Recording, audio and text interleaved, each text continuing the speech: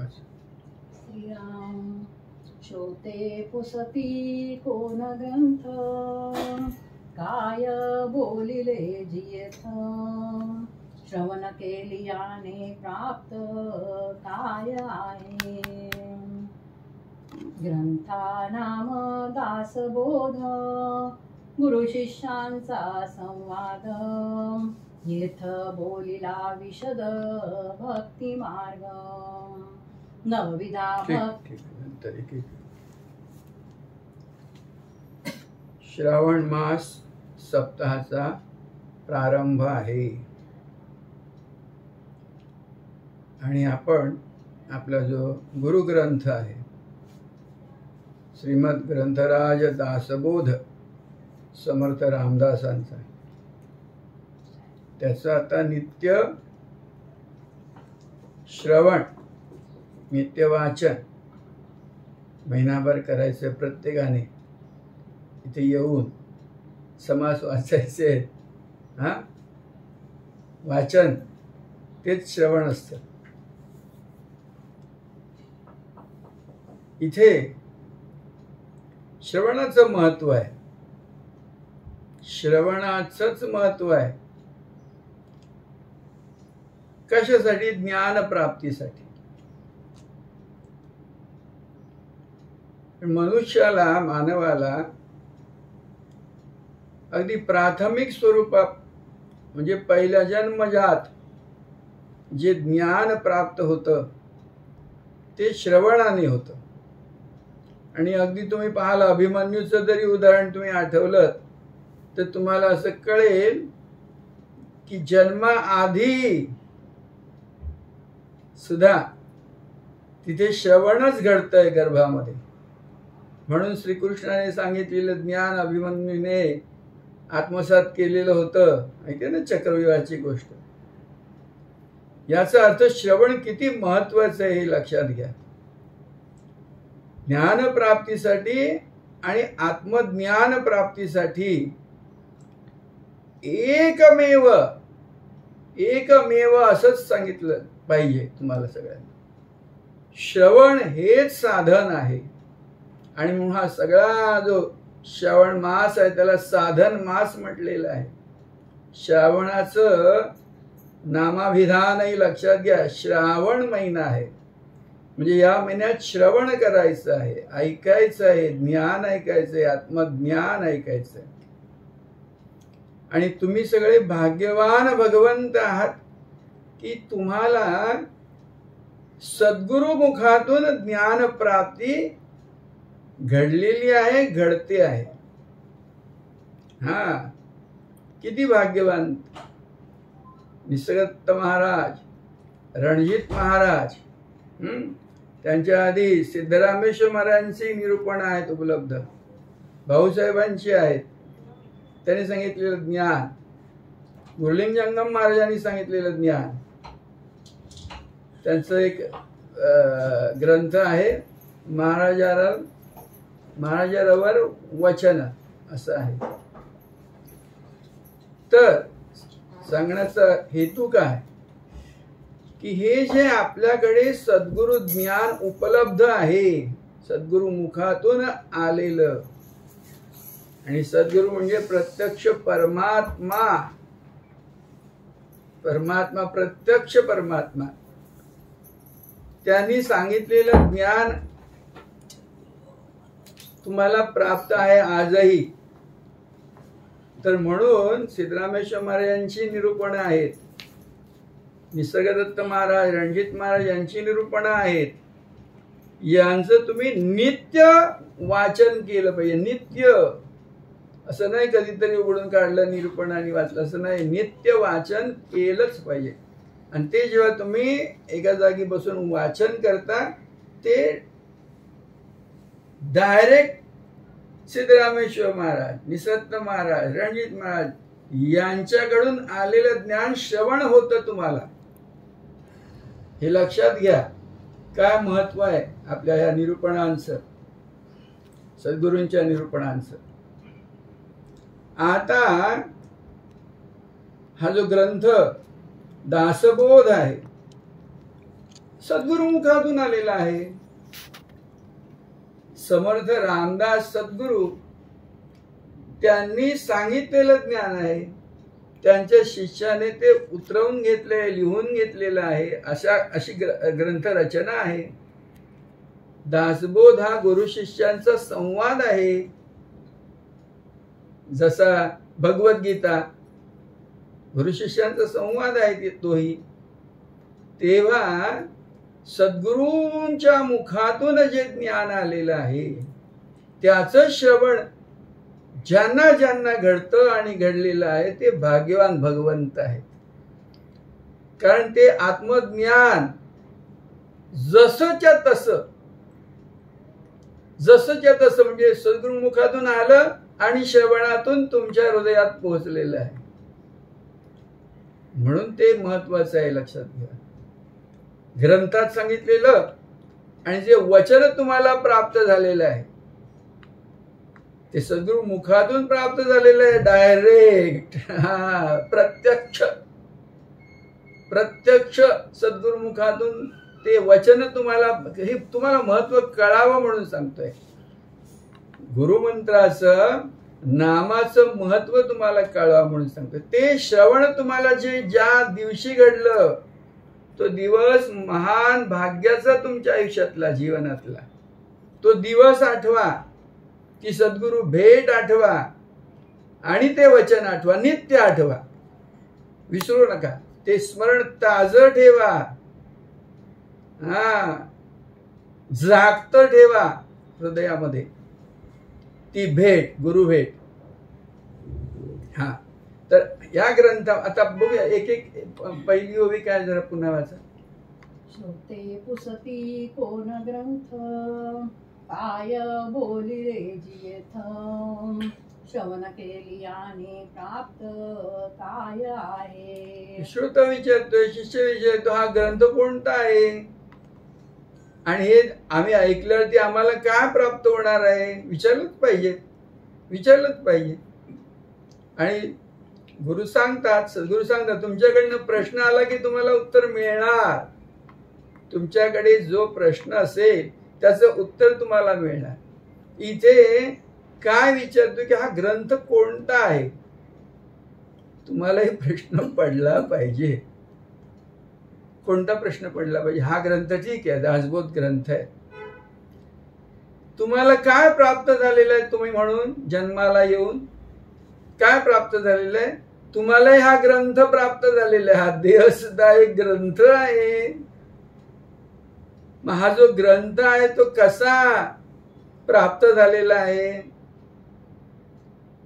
कसा निर्माण झालाय तो ग्रंथ, देहनिर्मिती कशी झालेली आहे, ह्या देहनिर्मितीचा प्रारंभ कुठे आहे मुळाशी, ते कळलं पाहिजे. ते शोधून काढलं पाहिजे.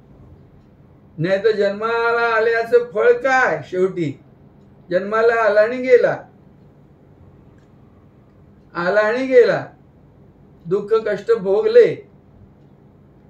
अर्थाचा काही उलगडा झालेला नाही. काय आहे याचा अर्थ काय. जन्माचा अर्थ काय आहे. शेवटी कशासाठी जन्म आहे.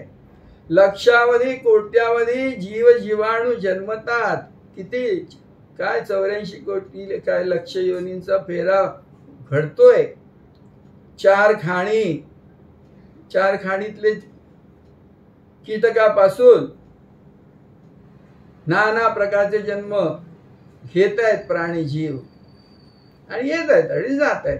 पण हा जो मनुष्य जन्म प्राप्त झालेला आहे, काहीतरी पुण्यकर्म म्हणूया, पुण्यकर्म सत्कर्म ते होतं गाठीला आणि हा मनुष्य देह प्राप्त झालेला आहे. कारण तुम्हाला माहिती आहे, बुद्धी हे जे काही आहे देणं भगवंताचं असं म्हणतात. बुद्धी देणे भगवंताचे देणे आहे. भगवंताचे देणे, भगवत देणे स्वतः बुद्धीच. बुद्धीचा उपयोग ज्ञान प्राप्तीसाठी करावा. बुद्धी हवी. मंद बुद्ध्याला काही प्राप्त होत नाही. बुद्धी तेज पाहिजे, तल्लख पाहिजे. काय एखादा शब्द गुरुमुखातून ऐकला त्याचा काय अर्थ वाया जाऊ द्यायचा नाही. का असं म्हणाले मला, का हे असं सांगितलं गेलं, का हे माझ्या कानी पडलं, सतत विचार करावा. तो विचार करता म्हणजे त्याला विवेक म्हणतात अध्यात्मामध्ये. विवेक करणं, वचनाचा, सद्गुरु वचनांचा तो विवेक तुमच्या ठाई नित्य घडला पाहिजे. त्यासाठी सद्गुरु सांगतात की हा जो आज तुला मी सांगतोय ग्रंथ, त्याचं नाव आहे दासबोध. तो तुझ्या श्रवणात यावा म्हणून सांगतोय. मग या ग्रंथामध्ये काय आहे, काय मला प्राप्त होणार ते पुढे सांगतात. ते दुसरी तिसरी ओवी वाचा. नवविधा भक्ती आणि ज्ञान, बोलिले वैराग्याचे लक्षण, बहुधा अध्यात्म निरोपण निरोपिले. बहुधा म्हणजे या ग्रंथभर सर्वत्र अध्यात्माचा निरोप आहे. अध्यात्म म्हणजे आधी आत्मा, त्याचं ज्ञान. तुमचा हा जो ग्रंथ आहे तुम्हाला दिसतोय आणि सगळ्यांना दिसतोय दृश्य रूपामध्ये, देह ग्रंथ, तो नुसता आहे, त्याला अर्थ नाहीये. त्याच्यात जो आहे आधी म्हणजे मुळात आत्मा आहे, तो महत्वाचा आहे. त्याच्याकडे कोण लक्षच देत नाही. आणि म्हणून सद्गुरू सांगतात वारंवार, अरे काय बोलला अशी वरली या रंगा. हे वर जे काही दिसतंय ना त्याला भुलू नकोस, त्याचा भ्रम होऊ देऊ नकोस. आत डोकाव, मुळात डोकाव आणि पहा की आत्मा आहे तिथे. आणि तो आत्मा काय आहे त्याबद्दलची माहिती, त्याबद्दलचं ज्ञान, त्याचं निरूपण आहे या ग्रंथामध्ये. मग हे जे आहे आत्मज्ञान, ते कसं प्राप्त होणार? आपण आत्मा आहोत हे कसं कळणार, आणि त्याचं स्वरूप काय ते कसं कळणार? या देहाचं आणि सर्व जो काही जगदाभास उभा राहिलेला आहे त्याचा उलगडा कसा होणार? हे काय आहे? याचा करता कोण? करता आहे तरी का? मग हे कर्म त्या कर्त्याचं आहे का? असला तर मग कर्म म्हणून त्याची काय वस्तुस्थिती ह्या कर्माला म्हणजे ह्या जगदाभासाला, त्याच्या परमात्म्याच्या निर्मात्याच्या काही अस्तित्व आहे का? असे प्रश्न पडले पाहिजे. मग त्याची उत्तरं शोधण्यासाठी तुम्ही या ग्रंथाकडे या ग्रंथाचं नित्य वाचन श्रवण करा. मग ही जी ज्ञानप्राप्ती आहे, आत्मज्ञान प्राप्ती आहे, त्याचा अगदी सरळ मार्ग, तिथे काही आडवाट नाही, काही भुयारी मार्ग नाही, उघडा मार्ग, ओपन. अगदी राजमार्ग कोणता? तर तो भक्तीचा मार्ग आहे. भक्तीने तुम्हाला आत्मज्ञान होणार आहे. आमच्या महाराजांचं सतत आम्ही तुम्हाला तेच सांगत असतो की भक्ती ही ज्ञानाची माऊली आहे. तो भक्तीची वाट. आणि भक्ती करायची ती कोणाची भक्ती करणार? आपण कोणाची करणार भक्ती? ज्यांनी आम्हाला हे दिलं, हे सांगितलं, आत्मज्ञान, ही माहिती, त्या सद्गुरूंची करणार. तर भक्ती करावी ती सद्गुरूंचीच भक्ती करावी. कारण सद्गुरू हे साक्षात परब्रह्म, थेट. बाकीचे देव जे काही आहेत ना, देवदेवता, त्या काळाने बांधलेले आहेत, कालमर्यादा आहे त्यांना. आणि सद्गुरू अमर्याद आहे, अनादी आहे. अनादी आहे म्हणून अनंत आहे. आणि त्याची भक्ती नवविधा, 9 प्रकारची भक्ती, नवविधा भक्तीचा समास आहे, दशक आहे, 4था दशक आहे. 9 प्रकारची भक्ती कशी? तर श्रवण, पहिलं त्याच्यात श्रवणच आहे, स्मरण आहे, नामस्मरण आहे, सद्गुरूची पूजा, अर्चन, वंदन, पादसेवन, सख्य भक्ती आहे, दास्य भक्ती आहे, आणि शेवटी आत्मनिवेदन भक्ती आहे. म्हणजे हे सगळं करता करता मी म्हणून काहीतरी उत्पन्न होतो, अहम, मी हे करतोय म्हणून. तो आहेच, जरी भक्तीत असो किंवा कुठेही असो. जन्म प्राप्त झाला आणि तिथे हा नसलेला कोणीतरी निर्माण झालेला आहे, मी, ज्याला काही अस्तित्वच नाहीये खरं.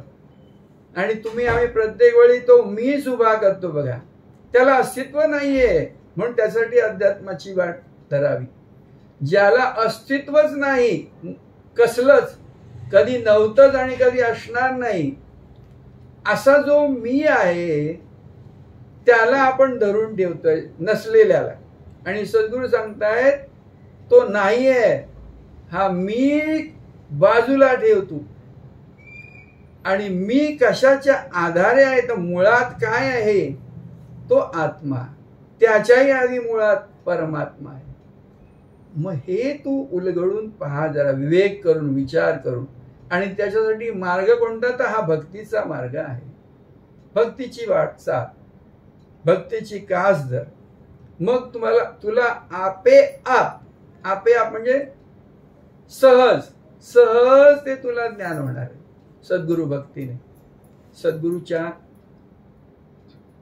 निस्सीम सद्गुरु भक्ती सुद्धा निस्सीम असली पाहिजे. नाही तर इकडे जातोय सद्गुरूंकडे आणि इकडे कुठेतरी आणखीकडे ठिकठिकाणी जातोय, हिंडतोय, काय प्राप्त नाही होत. भक्ती तरी खरी भक्ती करावी, सद्गुरूची भक्ती. हा, तर पुढे वाचा. भक्तीचे नयोगे देव निश्चय पावती मानव ऐसा हे अभिप्राव ये ग्रंथी. भक्तीने काय प्राप्त होतंय, काय प्राप्त होतंय, की आपणच, माणूसच, मानवच साक्षात परमात्मा आहे याचा निश्चय होतो, ज्याचा त्याला. भक्तीने काय होतंय, तर आपण देव कसे आहोत हे कळते. आपल्या ठाई आपणच देव कसे. म्हणून भक्त जाई देवा ठाई, देव त्याचे रूप घे. मग तुम्ही जर भक्त होऊन त्या देवा ठाई म्हणजे सद्गुरूच्या ठाई गेला, सद्गुरूच्या चरणाचं स्मरण करू लागला, की ते चरण तुम्हाला सद्गुरूचे हृदयामध्ये प्रत्यक्ष दिसू लागतात. त्याला साक्षात्कार म्हणतात. आणि आपल्या हृदयामध्ये सद्गुरू चरणांचं दर्शन झालंय, की तुम्ही स्वतः देव कसे आहात त्याचा उलगडा होतोय. म्हणून ते नामस्मरण पाहिजे. सद्गुरू मंत्राचं, सद्गुरू वचनाचं स्मरण नित्य हृदयामध्ये घडलं पाहिजे. ते घडता घडता घडता घडता तो ज्ञानाग्नी पेट घेतो, ज्ञानवन्नी पेटतो आणि त्या प्रकाशामध्ये तुमचं दर्शन तुम्हाला घडतं. त्याच्यासाठी हा ग्रंथ आहे. आपणच देव कसे आहोत याचा निश्चय होतो, निश्चय झाला पाहिजे. नाही तर क्षणात देव आणि पुढच्या क्षणाला माणूस, अशी चलबिचल होत राहते. म्हणून खरी भक्ती करावी, सद्गुरूचे चरण सोडू नये. आणि हे तुम्हाला सगळ्यांना, मी का तुम्हाला भाग्यवान भगवंत म्हणतो, की ह्या आपल्या संप्रदायामध्ये तुम्हाला सद्गुरूंची एकदा भेट झाली आणि तुम्ही जर तो निश्चय घेतलात, निश्चय हा शब्द त्या इंग्लिशमध्ये काय म्हणतात, डिटर्मिनेशन, डिटरमाइंड झालं पाहिजे. निश्चय, ठाम निश्चय झाला. आता मेलो तरी चालेल, पण हे नाम सोडणार नाही. परवा कालच फोन आलेला आहे, तुमच्या परिचयाचे आहेत ते गृहस्थ, काही किती 18 साली, आज काय हे वर्ष कोणतं आहे, 24 आहे. तर 18 सालचा त्यांचा अनुभव त्यांनी सांगितला. असंच घरात बसलेले असताना नाम गुरुमंत्र प्राप्त झालेला आहे, सद्गुरूंची भेट झालेली आहे. यांनी आपला तो अनुभव सांगितला की अचानक छातीत धडधड व्हायला लागली आणि ते म्हणाले की मला साक्षात कळलं की माझा हार्ट फेल झालेला आहे. हार्ट फेल झालेलं आहे, हृदयामध्ये कळ आली आणि धडपड झाला, घाम सुटला, सगळं काय तो अनुभव त्यांनी घेतला. पण म्हणजे माझं काय भाग्य म्हणे की मी पूजा बिजा करतो, सद्गुरूंचं काहीतरी वाचतो, ऐकतो, नाममंत्र मिळालाय सद्गुरूंकडून, आणि अचानक मला सद्गुरू मंत्राची आठवण झाली, सद्गुरूंची आठवण झाली. जय गुरु म्हणायला लागलो, सद्गुरूंचं स्मरण केलं. ते करता करता करता म्हणजे माझ्या हृदयातच मला सद्गुरू दिसेल. मग बायको आली, काय आली, मुलं आले, त्यांनी त्यांना टॅक्सीत घातलं, काय रिक्षात घातलं, डॉक्टरकडे नेलं, पुढे उपचार सुरू झाले. पण म्हणे सद्गुरूंचं काय सामर्थ्य आहे की मुलाने बायकोने पाहिलं की ह्यांचं प्राण गेलेलेच आहेत, शरीर काष्ठवतच आलेलं आहे, म्हणजे मृत्यूच घडलेला तिथे, देहाचं स्पंदनही थांबलेलं आहे त्या हृदयाचं. पण सद्गुरूचं सामर्थ्य अगाध आहे. बंद पडलेलं हृदय सुद्धा धडधडायला लागतंय. सद्गुरू तिथे तुमच्या सोबत आहेत. मंत्राचं स्मरण झालं तुम्हाला, सद्गुरू तुमच्या सोबत आहे. मग डॉक्टरी उपचार झाले, त्या डॉक्टरने पण सांगितलं यांचं हृदय बंद पडलेलं. डॉक्टरने सांगितलं तर यांचं हृदय बंद पडलेलं. पण ते म्हणा मला सद्गुरूंचं स्मरण झालं आणि मी वाचलो, आणि आजपर्यंत आहे बघा, नित्य चालू आहे त्यांचं भजन पूजन सद्गुरू स्मरण. ते म्हणतात मला काय बाबा फार मोठं काय घडत नाही, मी आपल्या घरात बसून पुढे जात नाही. मी म्हटलं खूप चांगलं आहे, पुढे जात नाही तुम्ही, हे चांगलं आहे, कुठे जायची गरजच नाहीये, तुम्हाला कळलेलं आहे. जे काय तुम्ही आपलं करताय ते करत राहा आणि करत राहणार तुम्ही. का तुम्हाला सांगतोय की देव तुमच्या ठाई आहे, तुम्हीच देव आहात. मग तुम्हाला याच्यात पदोपदी तुम्ही मनाच्या श्लोकामध्ये पण वाचता, ऐकता की तो काळ तुम्हाला थरथरतो, काळ तुम्हाला स्पर्श करायला घाबरतो, एवढं लक्षात घ्या.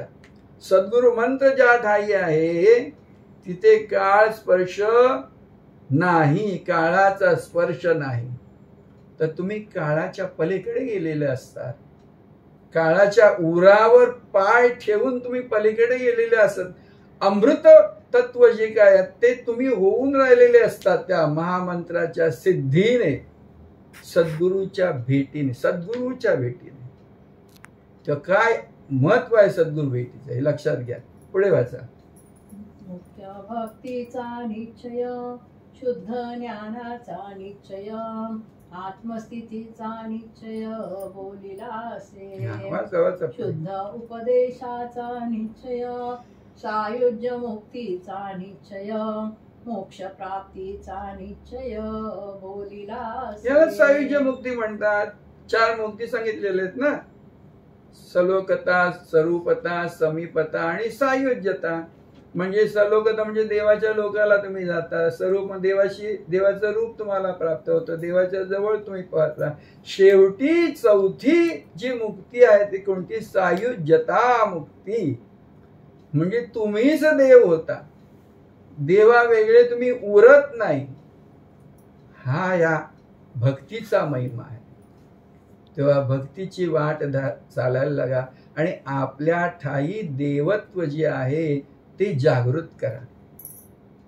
त्याला स्वयंभू म्हणतात. स्वयंभू म्हणजे ती पाषाणाची मूर्ती कुठेतरी ती घडवलेलीच असते, ती स्वयंभू नसते. घडवलेली असते कोणीतरी, ती पुरलेली असते जमिनीत. स्वयंभू देव तुमच्या ठाई तुम्ही स्वतः स्वयंभू. स्वयं भू म्हणजे झालेला, स्वतःच झालेला आहे, कोणी निर्माण केलेलं नाहीये. असं स्वयंभू देवस्थान तुमच्या हृदयात आहे. ते हृदयस्थान आहे, देवाचं स्थान आहे तुमचं हृदय. तर तिथे पहा. म्हणून भगवंतानी जे भगवद्गीतेमध्ये सांगितलं ना, सर्व सांडूने शोधा मजला, है ना. म्हणजे मजला म्हणजे कृष्ण स्वतःला नाही सांगत आहे, तुम्हाला स्वतःला बघ. सर्व सांड म्हणजे सर्व सोडून दे. कुणाकडे कशाकडे पाहू नकोस, कुठच्या देवळात जाऊ नकोस, कोणाला किंमत देऊ नकोस.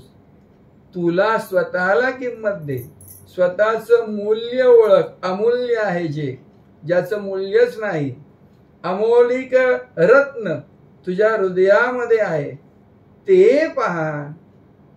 ते न पाहता माझी बँकेत एवढी ठेव आहे, काही उपयोगाची नाही. एवढे दागदागिने आहेत, एवढी स्थावर जंगम मालमत्ता आहे, इस्टेट आहे, शेतीवाडे, बंगला आहे, गाड्या, अमकं तमकं काय काय काय. ते जे आहे हृदयामध्ये, म्हणून तुझं सगळं चाललेलं आहे आणि बाकीच्या सगळ्याला महत्व आलेलं आहे.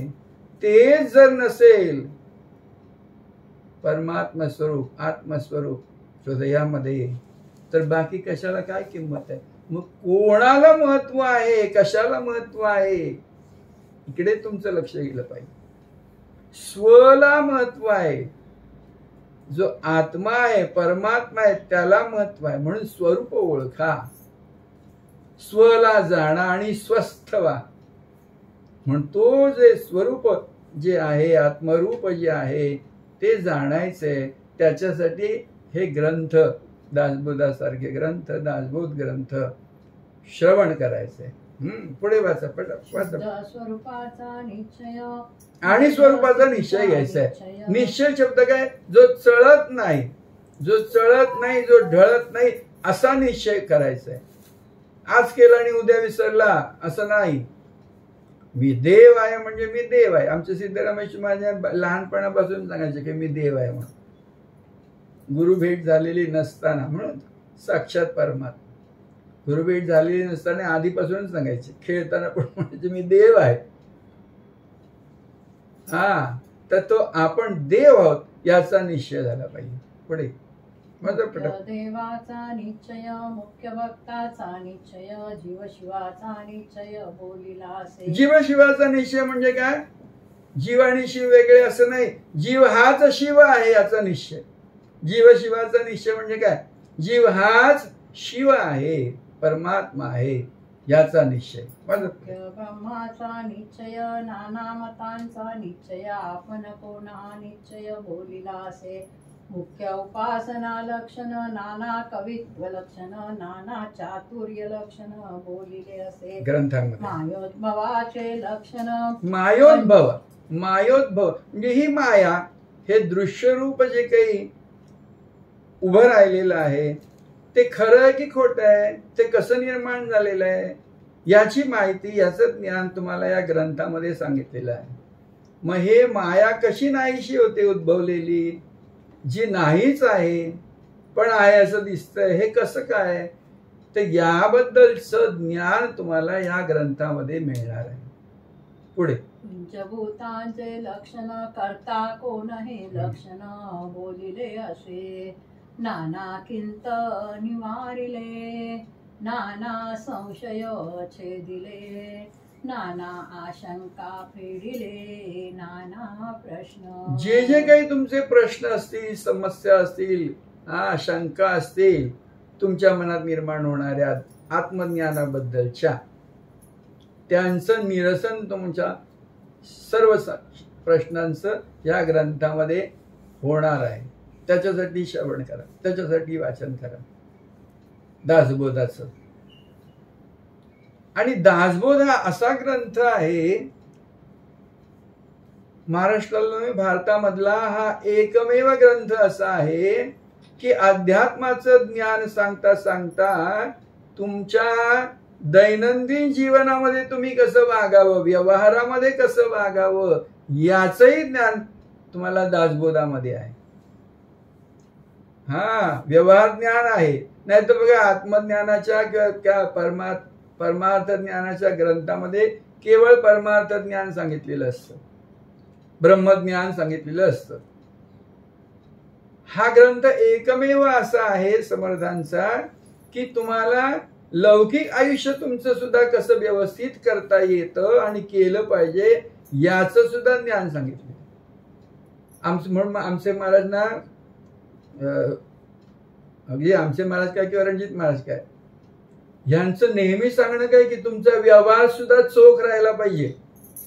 अगदी हिशेब रणजित महाराजांचे शिष्य पण सांगतात आणि आम्ही आमच्या महाराजांकडून पाहिलेले. हिशेब व्यवस्थित ठेवला पाहिजे, पैन पैसा हिशेब ठेवला पाहिजे. नाहीतर इकडे आत्मज्ञान काही नाही, सगळं खोटं आहे, माया आहे असं म्हणून जर तुम्ही गेलात तर ते चालणार नाही. व्यवहारामध्ये स्वशिस्तीचं पालन पाहिजे, नियमांचं पालन पाहिजे, काटेकोरपणे, तिथे हायगाय नाही. पैन पैसा. पण तुम्हाला एकनाथांची पण गोष्ट माहिती आहे. ते आता ते लहान होते, सद्गुरूंनी काहीतरी हिशेब करायला ठेवायला सांगितलेला जनार्दन स्वामींनी, आणि तो एकनाथ काय 15-16 वर्षाचा असेल. हिशेबात त्यांना एक पैची काहीतरी गफलत होत होती, ती ऍडजस्टमेंट काय कळत नव्हती, काय तूट येत होती, काय म्हणतात ताळा लागत नव्हता एक पैसा. आणि तो एकनाथ लहान मुलगा रात्रभर जागत बसला होता. काय काय काय कुठे गेला एक पैसा, कुठे गेला. रात्री कधीतरी ती पैची चूक सापडली आणि तो ओरडून महाराजांकडे गेला, सापडली सापडली सापडली म्हणून. अरे काय झालं, पण झोपला नव्हता तू? नाही नाही, एक पैसा हिशेब लागत नव्हता, तो सापडला. याला म्हणतात शिष्य, याला म्हणतात सत्शिष्य. गुरूंनी मला जे कार्य दिलेलं आहे त्याच्यात एक पैची पण हिशेबाची चूक राहता कामा नये, एवढी दक्षता. आमच्या महाराजांनी आम्ही पाहिलं, हार सुद्धा, फूल सुद्धा, फूल प्रत्येक फूल ते पाहून घ्यायचं, जरा खराब जरी असेल पाकळी पुढे तर ते फूल बाजूला टाकून द्यायचे. सद्गुरूंना जे फूल अर्पण करायचे ते असं ताजं सुगंधी फूल पाहिजे. हार सुद्धा वेडावाकडा कसा तरी लावलाय नाही चालायचं. तुम्ही रणजित महाराजांना तुम्ही पाहिलेलं आहे, ते व्यवस्थित पाहिजे. तिथे उभं राहून महाराज बाजूला राहून पाहायचे कसा हार लागलाय, फूल कसं ठेवलेलं आहे, तर ते गंध कसं लावलेलं आहे. काय म्हणतात याला? गुरुप्रेम आहे, बरोबर आहे, परंतु व्यवहाराची शिस्त सुद्धा आहे त्याच्यामध्ये. तुमचं राहणीमान, तुमचं जेवण खाण, नित्य नेम त्या त्या वेळी केले पाहिजे. सद्गुरूंचं जे काही कार्य तुम्ही करता, आरती भजन काकड आरती म्हणा, पाळणा म्हणा, ती त्या त्या पद्धतीमध्ये केली. आमच्या महाराजांना भजन करताना एक टाळ जर चुकीचा जरी वाजला तरी ते त्यांचं लक्ष असं, कोण चुकीचा वाज नाही चालायचं. भजनाचा स्वर सुद्धा तसाच पाहिजे, एक स्वर पाहिजे, कोण मागे पुढे नाही चालणार. ठेका तसाच पाहिजे, एका ठेक्यात, एका तालात, एका सुरात म्हटलं गेलं पाहिजे. आणि ते सद्गुरू प्रेमाने आलं पाहिजे, सारं सद्गुरू प्रेमाने घडलं पाहिजे. त्या भक्तीमध्ये तुम्ही समरस झाला पाहिजे, तल्लीन झाला पाहिजे. ती तल्लीनता त्या भक्तीमधली, भजनामधली आणि सद्गुरू बद्दलची एकमेव होऊन राहिली पाहिजे. ते त्याच्यातही द्वैत राहता नाही. मग तिथे गुरु आणि शिष्यांची समरसता होते. शिष्य गुरूंच्या विचाराशी समरस होतो, त्याने जे काही सांगितलंय त्याच्याशी समरस होतो, आणि गुरु शिष्य ऐक्य तिथे घडून येतं. गुरु शिष्य जिथे ऐक्य होतं तिथे परमात्मा स्वरूपाचं दर्शन ज्याचं त्याला घडणार, शिष्याला घडणार. जो गुरुशी एकरूप झाला तो परमात्मा स्वरूपाशी एकरूप झाला. कारण तिथे द्वैत नाहीच आहेत. एक लक्षात घ्या, हे जे काही आहे सर्व चराचर जे काही आहे ना, याच्यात द्वैत नाही. द्वैत कुठे निर्माण झालेलं आहे? तुमच्या आमच्यासाठी जो खोटा, मग सांगितलं मी जो निर्माण झाला ना खोटा, त्यामुळे द्वैत निर्माण झालेले आहे. त्याला अहम म्हटलंय. अहम प्रत्येकाला जाणवतो बघा, अहम तो खोटा आहे, तो खरा नाही. तो ज्याला जाणवतो तो खरा आहे, ज्याला जाणवतो तो मागे आहे, त्याला जाणवतो अहम, पण तो जाणवतो तो खोटा आहे. आणि त्या जाणवण्यातून सगळं जग निर्माण झालेलं त्याला जाणवते. मग ते जर अहम बाजूला झाला, परमात्मा जसा जसा मुळामध्ये आहे तसा राहिला, तरी सर्व चराचर अद्वैत होऊन जातंय. अद्वैत म्हणजे त्या परमात्मा स्वरूपाचंच दर्शन राहते, उरतंय. म्हणून दृश्य जगत द्रष्टा दर्शन ही अवघाची तू त्रिपुटी येणार. त्रिपुटी नाही. दृश्य, द्रष्टा, पाहणारा आणि मिळून जे काही एक दर्शन आहे ते तिथे त्रिपुटी नाहीये. ते एक रूप, सबरस, एक रस, अद्वैत आहे. त्याची माहिती या ग्रंथामध्ये आहे. हे कसं आहे, हे अद्वैत कसं आहे, अवघ परमात्म स्वरूप कसं आहे, त्याची माहिती आहे. आणि तो अहमचं कसं विसर्जन करायचं, अहम खोटा आहे त्याला कसा बाजूला ढकलायचा आहे, त्याचा नाश कसा करायचा आहे, आणि देवाला कसं उभं करायचंय. जो उभं करायचं पण नाही, तो उभा आहेच. तुमच्या ठाई साक्षात पांडुरंग आहेच. तो त्याला पांडुरंग म्हणा, सद्गुरू म्हणा, गणपती म्हणा, काही म्हणा, त्याला अल्लाह म्हणा, काही म्हणा, ते परमात्म स्वरूप आहे तुमच्या ठाई. अगदी सोपं. जरा होऊ दे, नंतर सांगतो पुढे. वाचा पुढे. आता असो हे बोलणे, अधिकारा सारिखे घेणे, परंतु अभिमान त्यागणे उत्तम. आलं लक्षात तुम्हाला? अभिमान म्हणजे जो खोटा मी आहे तो, त्याला सोडून द्या. आणि सर्व जग ईश्वर स्वरूप आहे, आत्मस्वरूप आहे असं पहा. सर्व चराचर भरून युवरला सद्गुरू आहे, परमात्मा आहे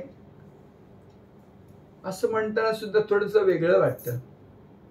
परमात्मा, सद्गुरू वगैरे म्हणताना आपणच आहोत. सर्व चराचर हे आपलं रूप आहे, स्वरूप आहे असं पहा. मग ते सर्व सांडुनी शोधा मधला, असं जे भगवान कृष्ण सांगतात. सर्व सांडुनी म्हणजे काय वेगळं पाहूच नका, मलाच पहा. म्हणजे आपल्याला पहा, स्वरूपाला पहा, स्वतःला पहा. मग स्वला जाणलं असं, अशा पद्धतीने स्वला जाणलं की तुम्ही स्वस्थ होता. मग त्या स्व मध्ये तुम्ही स्थिर होता, स्थायिक होता, तिथेच उरता तुम्ही. स्वला जाणा आणि स्वस्थ व्हा. तुमचं काही कधी बिघडत नाही, बिघडू शकतच नाही. जे आहे ते तुम्ही आहात स्वरूपामध्ये, याची तुमची खात्री पडते, याचा तुमचा निश्चय होतो. पुढे वाचा.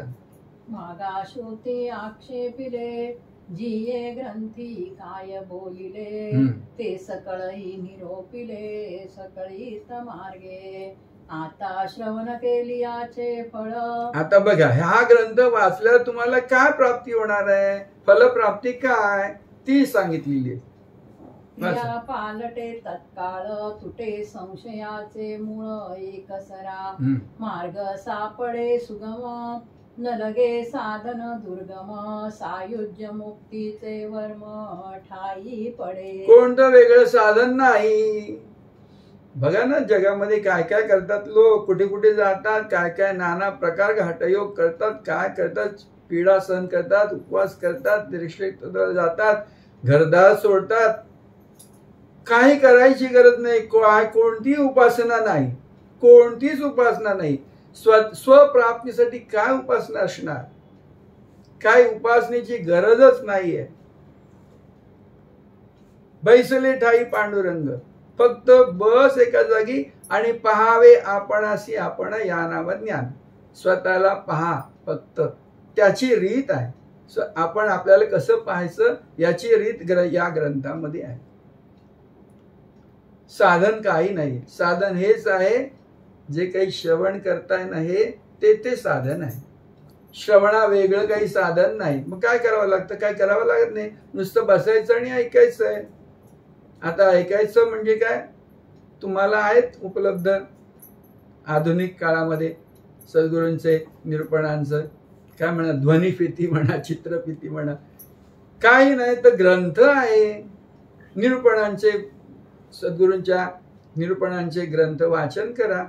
त्याचा नित्य सहवास तुम्हाला उपलब्ध आहे. सद्गुरु सहवास किती जण फायदा करून घेतात स्वतःचा, कोणाला माहित. हाट भरला संसाराचा, नफा पाहावा देवाचा. संसाराचा हा बाजार भरलेला आहे. त्यात तुम्ही नफा स्वतःचा काय मिळवायचा आहे, तर देव आपण कसे ते पाहायचं आपण आपल्याला. हा नफा आहे, नाहीतर हे सगळं फुकट आहे, काही त्याला अर्थ नाही. हा नफा पहा, तोटा होणं शक्य नाही. ज्याची सद्गुरु भेट झालेली नाही त्याच्या नशिबात तोटा नाही. नफाच नफा देवाचा. हा पुढे वाचा. अज्ञान दुःख भ्रांती, अज्ञान दुःख भ्रांती सगळं नाहीसं होतं आणि सुख प्राप्ती, अक्षय सुखाची प्राप्ती तुम्हाला होते. अक्षय म्हणजे क्षय नाही असं, चिरंतन असं सुख काय आहे? सुख सुख तुम्ही आम्ही समजतो ते सुख नाही. आत्मसुखा वेगळं काही सुखच नाही. मग आत्मसुख प्राप्त करा, ते या ग्रंथात सांगितलेलं आहे. पुढे योगियांचे परम भाग्य, अंगी बाणे वैराग्य, चातुर्य कळे यथा योग्य, विवेके सहित. भक्तीच्या वाटेला लागल्यावर वैराग्य निर्माण व्हायला पाहिजे. होतं वैराग्य निर्माण होणं म्हणजे काय? तर संसार म्हणून जे काही भ्रांती आहे ते नकोशी वाटते आणि सद्गुरु काय आहे त्याबद्दलची गोडी वाटायला लागते. परमार्थ कोणता आहे आणि कसा आहे त्याबद्दलची गोडी वाटायला. संसाराबद्दल काय म्हणतो आपण? तिरस्कार नकोसा होतो. काय करणार मी? रोज सकाळी उठायचं आणि हे करतच बसायचंय, ह्याच्यातून सुटका नाही का? आणि मग डॉक्टरकडे फेऱ्या मारत बसायचंय, ह्याच्यातून सुटका नाही का? असं वाटायला लागतं. आणि मग वैराग्य येतं. वैराग्य येणं हे भाग्याचं लक्षण आहे. आणि जो सद्गुरूकडे धाव घेतो हे भाग्याचं लक्षण आहे. मग सद्गुरूकडे धाव घेणं म्हणजे सद्गुरूचं स्मरण करणं, कुठे जायचं नाहीये.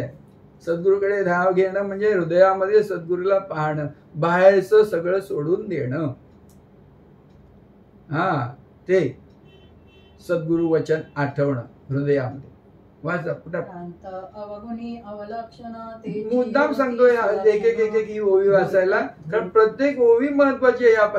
सगळ्या ग्रंथाचं सार या पहिल्या समासात आलेलं आहे. काय आहे आणि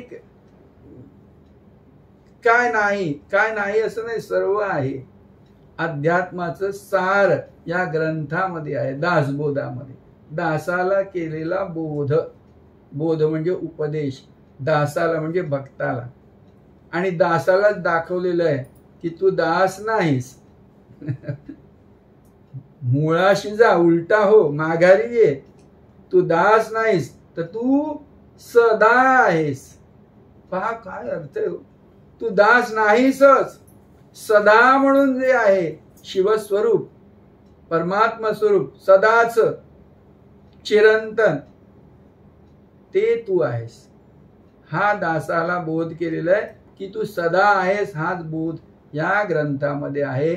म्हणून हे श्रावण मासामध्ये तुम्ही ठसवून घ्या, नंतर ते वर्षभर वापरत राहा. वेळ मिळेल तेव्हा या इथे बसून ग्रंथ वाचा. श्रावण महिन्यामध्ये श्रावण सप्ताहाचं महत्व काय आहे? मग आपल्या सद्गुरू आपल्या या संप्रदायामध्ये जिथे सप्ताह होतात तिथे उपस्थिती नित्य ठेवा, नित्य श्रवण करा, ती सेवा करा. सेवा फार महत्वाची आहे. लोकांना सेवेचं महत्वच कळत नाही. सप्ताहाच्या ठिकाणी, मठाच्या ठिकाणी, समाधीच्या ठिकाणी जिथे पूजा चालते सद्गुरूंची, तिथे तो जो खोटा अहम आहे, अहंकार आहे, त्याचं विसर्जन करायची संधी आहे तुम्हाला. म्हणून मी नेहमी सांगतो मठामध्ये काय यायचं? हा मठच आहे. कोणत्याही सद्गुरूंचा मठ असो, तो पाथरीचा असो, बागेवाडीचा असो, बाणगंगेचा असो, कोणत्याही मठामध्ये तुम्ही का जायचं? मठामध्ये गेल्यावरती काय होतं? जरा डोक्यावर डोकी आपटतात. पण मला फुल व्हायला दिलं नाही, मला तिथे काय करायला दिलं नाही, हेच करत बसणार का, वगैरे वगैरे काय काय होतं, प्रकार होतात. पण तरी जात राहायचंय. एखाद्याला मिळालं ना तर तो ते सोडतच नाही. तो मग दुसरा म्हणतो अरे आम्हाला का नाही देत तिथे? मग तिथे झकाझकी होते. ती कोणाची होते? अहमची होते टक्कर. अहमची टक्कर होते, होऊ द्या. कारण टक्कर झाल्यावरच नाश होणार आहे त्या अहमचा आणि सद्गुरु स्वरूप उभं राहणार आहे. हा, तर मठामध्ये का जायचं? मीला ठार करण्यासाठी मठात जायचं. आपल्या ठाई हा जो खोटा मी उभा राहिलेला आहे ना, त्याचा नाश करण्यासाठी मठात जायचंय. त्याचा नाश करून घ्या, मग सद्गुरु स्वरूप तिथे तुमच्या ठाई उभं राहतंय. हा, ते टाळ कुटणं म्हणजे काय आहे? आत्मजागृती करणं. आली रे जागृती, स्वयं ज्ञान ज्योती. तर ती जागृती आपल्यामध्ये व्हावी म्हणून हे सगळं भजन पूजन वाचन हे करायचं आहे. हा, काय बरोबर ना? हा, तर प्रांत अवगुणी अवलक्षण तेची होती सुलक्षण. मग तुमच्या ठिकाणी सगळी सुलक्षण निर्माण होतात. अवलक्षण ही देहाची आहेत, खोट्या बुद्धीची आहेत, खोट्या आणि कोत्या बुद्धीची आहेत. अभिमान अहंकाराची लक्षण ही सगळी नाहीशी होतात आणि देवलक्षण तुमच्या ठाई निर्माण होतात. तुम्ही देवलक्षणांनी तुम्ही युक्त होता, झळाळून निघता आणि मग तुमच्या सहवासाने तुमचं सर्व जे काही अवतीभोवतीचं वातावरण आहे ते पुण्यदायी होतं. सर्वांना ते प्राप्त होतं. तेच गृहस्थ मला सांगत होते. मी म्हटलं तुमच्या घरची मग मुलं काय करतात वगैरे, काय करतात? ते बोलते उनको कुछ करना नहीं चाहिए, अभी मैं करता हूं ना, उनको मिल जाता है. ते काय म्हणाले, मी जे करतो ना त्यामुळे माझ्या सगळ्या मुलाबाळांचं कल्याण होते मला दिसतंय म्हणे. तर ते काय नाही करत हेही मला कळतं. त्यांनी केलं पाहिजे पण ते काय नाही करत, पण माझ्यामुळे त्यांना सगळं सुखसोयी आणि कल्याण त्यांचं होतंय हे मी पाहतोय. तर तुम्ही जी भक्ती करता त्यामुळे तुमचं सर्व कुटुंब, तुमच्या अवतीभोवतीचं वातावरण, त्या भक्तीच्या जी फलश्रुती आहे, फलप्राप्ती आहे ती सर्वांना होते त्या वातावरणातून. हे लक्षात घ्या. म्हणून आपल्या ठाई पांडुरंग कसा आहे आणि आपलं घरच पंढरपूर कसं आहे आणि आपण जिथे जातो तिथे पंढरपूर कसं उभं राहते अवतीभोवती, हे तुम्ही पाहता. हा भक्तीचा महिमा आहे. हा तुमच्या आत्मज्ञानाचा महिमा. ते आत्मज्ञान जेव्हा प्रकाशित होतं तेव्हा तुमचं अवघं जे काही असणं आहे ते देवाचं असणं होतं. हे लक्षात घ्या. तुम्ही देवरूप होता कारण तुम्ही मुळामध्ये देवच आहात. देवा वेगळे तुम्ही नाहीत. ठीक आहे. सीतेची साक्षी होती, पूर्ण पापितेची प्रस्तावती, निंदकतेची वंदू लागती, भक्ती मार्गासी बद्धची होती मुमुक्ष, मूर्ख होती अतिदक्ष, अभक्तची पावती मोक्ष. भक्ती मार्गे नाना दोष ते नासती, पतिततेची पावन होती, प्राणी पावे उत्तम गती. श्रवण मात्रे नाना धोके देह बुद्धीचे, नाना किंत संदेहाचे, नाना उद्वेग संसाराचे. नासती श्रवणे ऐसी याची फलश्रुती, श्रवणे चुके अधोगती, मनासोय विश्रांती समाधान. जयाचा भावार्थ जैसा, तयास लाभ तैसा, मत्सर धरी जो कुसा, तयास तेची प्राप्त. आता बघा तुमच्या लक्षात येते का, एवढा सगळा समाज तुम्ही आता ऐकला इथे आणि शेवटच्या ओळीमध्ये समर्थांनी कशाचा उल्लेख केलाय तुम्हाला थोडस चक्रावल्यासारखं व्हायला पाहिजे. जरा ही शेवटची ओळी पुन्हा वाचा. भावार्थ जैसा, ज्याचा जसा भावार्थ असेल त्याला तसा देव. पुढे तयास लाभ तैसा, मत्सर धरी जो कुसा, तयास तेची प्राप्त. तुम्हा मला खबरदार म्हणून जाणीव करून देत आहेत समर्थ. खबरदार, तुम्ही जसा भाव ठेवाल ना तसा तुमचा देव म्हणा की तुमचं आयुष्य म्हणा, तुमचं जगणं होणार आहे. तुमचा विचार तसा होणार आहे. म्हणून कोणाचाही मत्सर, कोणाची निंदा, नालस्ती, कधीही कोणाबद्दलचा काय दुस्वास तुमच्या ठाई निर्माण होऊ देऊ नका. हे फार महत्वाचं. आमचे महाराज नेहमी सांगायचे मधून मधून की कोणाची निंदा तुम्ही करूही नका आणि कानीही पडू देऊ नका. कोण निंदा करायला लागलं ती ऐकूही नका. फार महत्वाचं आहे. कोणी जर दुसऱ्याची निंदा करत असेल ती ऐकू नका. तुम्ही करूच नका हे तर बरोबरच आहे, पण तुम्ही ऐकू सुद्धा नका. हे फार महत्वाचं आहे. हे तत्व जो पाळेल ना त्याचा उद्धार होईल. निघून जा तिथून, उठून जा तिथून. कोण करायला लागलं एक तर त्याला असं करा, असं करतात ना, म्हणजे थांब बाबा मला ऐकायचं नाहीये. हा मत्सरदारी जो पुसा त्या असं त्याची प्राप्त. त्यामुळे तुमचं अकल्याण होणार आहे. तर आपलं अकल्याण का करून घ्या बाबा. तू करतोय ते मी ऐकणार नाहीये. कोणाची निंदा ऐकून घेऊ नका. मग हे देवस्वरूप एक आहे सर्व. मग का निंदा करायची आहे. मग ती आपण आपलीच केल्यासारखं आहे. आपल्या वेगळं काही नाही ना. देव आपला वेगळा नाही ना. किंवा हे जे काही सर्व चराचर ते देवाचं रूप आहे, सर्व चराचरात भरलेलं. म्हणून सत विचाराची सोबत ठेवा आणि कोणाचाही द्वेष मत्सर करू नका. हे तत्व पाळा. एक वेळ पूजा नाही केली तरी चालेल, पण हे तत्व पाळा. हा कुठे देवळात नाही गेलात तरी चालेल, पण हे तत्व पाळा. शेवट तुमचा एवढं सगळं छान सुंदर सगळं सांगितलं समर्थांनी समाजभर. आणि तिथे शेवटी कोणता मुद्दा सांगतायत, किती महत्वाचा आहे तो मुद्दा. हे सगळं तुम्ही केलं आणि शेवटी जर असं काहीतरी केलं, मत्सर भाव दुसऱ्याबद्दलचा तुमच्यात निर्माण झाला तुमच्या ठाई, तर सगळं फुकट जाणार आहे. कोणाचाही मत्सर करू नका. देव कसा आहे आपल्या ठाई तसा दुसऱ्याच्या ठाई तो पहा. आपल्या ठाई सद्गुरू आहे, त्याचं दर्शन दुसऱ्या ठाई पण तुम्हाला घडलं पाहिजे.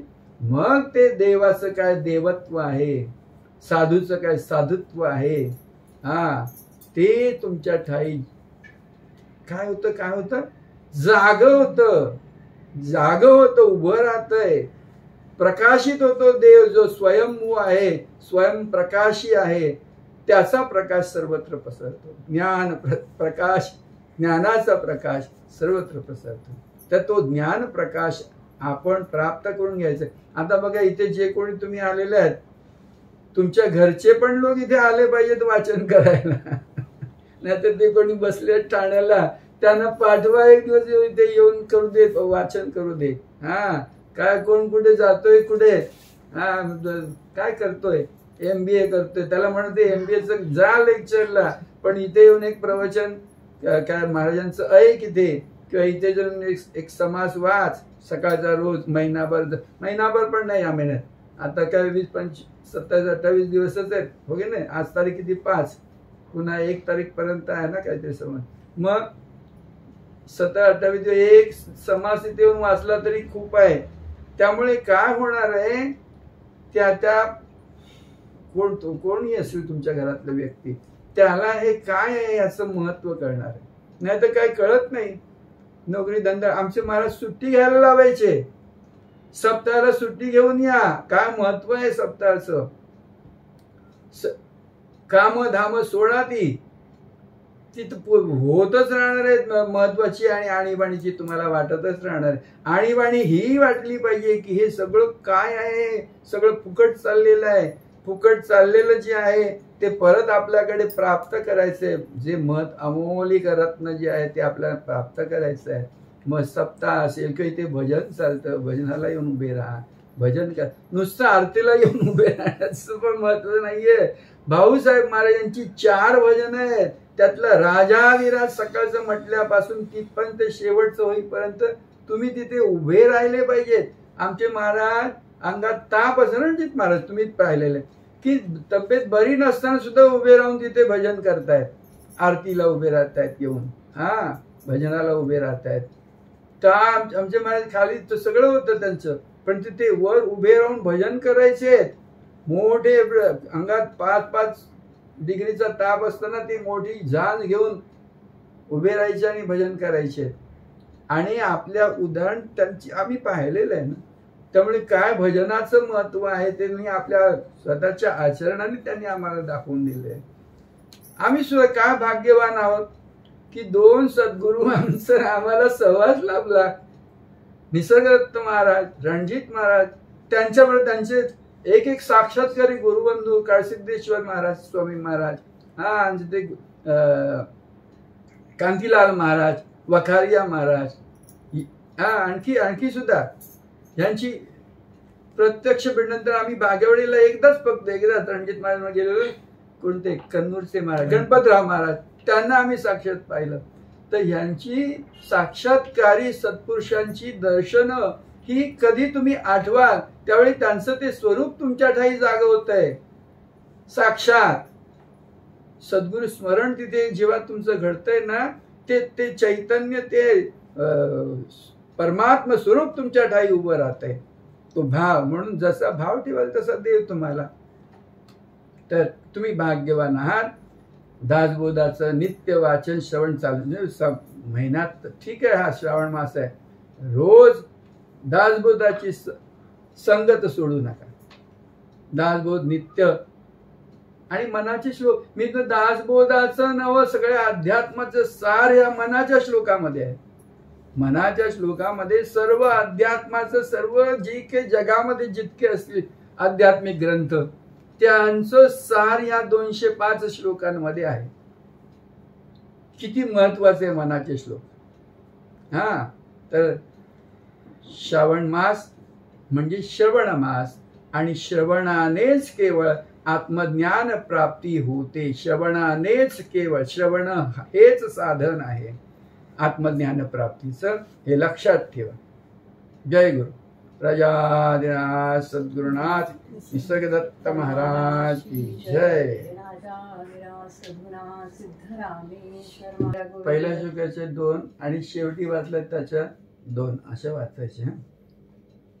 2 चरण फक्त, 2 ओळी, पहिल्या 2 ओळी आणि शेवटी वाचल्या त्या 2 ओळी. आधी पहिल्या 2 ओळी वाचा. अहंता गुणे सर्व ही दुःख होते, मुखे बोलिले ज्ञान ते व्यर्थ जाते. बघा, अहंता, जे काही तुम्हाला आम्हाला दुःख भोगावं लागतं माणसाला, जीवाला, ते केवळ अहंतेमुळेच दुःख आहे. आणि अहंता जर नाहीशी झाली, परमात्मा स्वरूप जर उभं राहिलं, अहंता बाजूला गेली की परमात्मा आहात, अहम गेला की सोहम परमात्मा आहे. मग अहमचं विसर्जन झालं पाहिजे. आणि हे ऐकणाऱ्यांचं नाही, सांगणाऱ्याचं सुद्धा. म्हणून काय, जरा ते वाचा पुन्हा पहिलं. अहंता गुणे सर्व ही दुःख होते, मुखे बोलिले ज्ञान ते व्यर्थ जाते. नाहीतर एखाद्याला ज्ञान झालं, कळलं, तर त्या ज्ञानाचा अभिमान सगळ्यात वाईट. सगळं फुकट जातं तिथे. कोणत्याही प्रकारचा अभिमानाचा लेश उरता कामा नाही. ऐकणाऱ्याचं तर नाही, सांगणाऱ्याचं, बोलणाऱ्याचं नाही. असं घडलं पाहिजे. असं जिथे घडतं तिथे सुखच सुख आहे, आनंदी आनंद आहे. परमात्मा स्वरूपाचा. शेवटच्या 2 ओळी काय? हरी चिंतने मुक्तिकांता एकमेव मार्ग, भक्तीचा मार्ग. हरीचं स्मरण करणं. आणि हरी म्हणजे काय?